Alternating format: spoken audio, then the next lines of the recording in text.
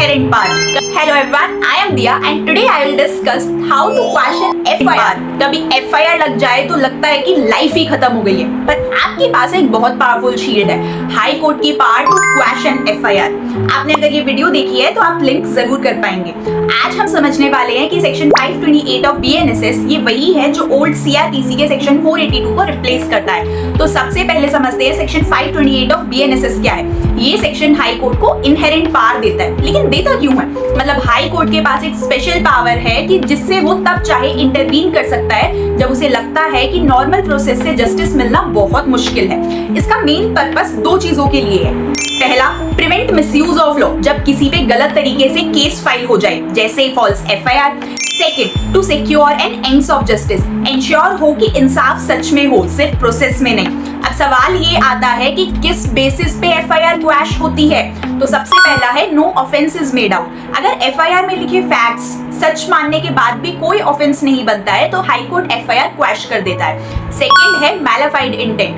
अगर FIR सिर्फ और सिर्फ बदला लेने की भावना से दूसरे को हैरेस या डिफेम करने के चक्कर में फाइल हुई है ना, और अगर आप प्रूफ कर देते हो तो हाई कोर्ट FIR क्वैश कर देता है. थर्ड है civil dispute with criminal colour. ये बहुत कॉमन है, जैसे लोन या कॉन्ट्रैक्ट का सिविल मैटर होता है पर उसे चीटिंग के केस में बदल दिया जाता है जिससे प्रेशर बनाता है कोर्ट पर. कोर्ट ऐसे केसेस में क्लियरली बोलता है कि ये क्रिमिनल नहीं, ये सिविल डिस्प्यूट है, और इस चक्कर में सिविल डिस्प्यूट्स में तो FIR ही नहीं रजिस्टर होती है, तो यहाँ FIR क्वैश हो जाती है. फोर्थ पॉइंट है एमिकेबल सेटलमेंट. अगर दोनों पार्टीज जेन्युइनली कॉम्प्रोमाइज कर लेती है ना, ये स्पेशली फैमिली डिस्प्यूट्स या फिर पर्सनल मैटर्स में होता है, तो कोर्ट पीस प्रमोट करने के लिए FIR को क्वैश कर देता है. और अगर हम बात करते हैं एक लैंडमार्क जजमेंट की, बताती हूँ, state of Haryana versus Bhajanlal. This is a case of 1992. बहुत पुराना केस है. ये केस एक माइलस्टोन है. सुप्रीम कोर्ट ने इसमें 7 ऐसी डिटेल्ड गाइडलाइंस दी थी जिनके बेसिस पे हाई कोर्ट FIR को क्वैश कर सकता है.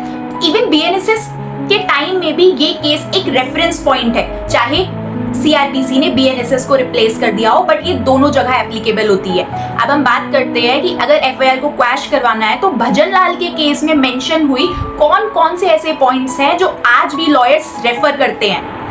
सबसे पहला पॉइंट है allegation don't make out any offence. Second point is FIR doesn't show any cognizable offence. Third important point is allegation and evidences don't reveal any crime. Fourth point है only a non cognizable offence is shown. Fifth important point is allegation ही highly improbable है, मतलब ऐसे ही harass करने के लिए की गई थी. Sixth important point is there is a legal bar to continue proceeding, मतलब किसी लॉ ने उन्हें रिस्ट्रिक्ट किया हुआ है. सेवेंथ पॉइंट है FIR is filed with a mala fide और रिवेंजफुल इंटेंट. लेकिन याद रखिए ये एक एक्स्ट्रा ऑर्डिनरी पावर है, ये आपका मैटर ऑफ राइट नहीं है, डिस्क्रिशन ऑफ कोर्ट है. इसीलिए आपको ग्राउंड स्ट्रॉन्ग लाने होंगे अपनी FIR को क्वैश करवाने के लिए. अगर आपको ये वीडियो हेल्पफुल लगी हो तो do this. See you in the next video with more interesting case.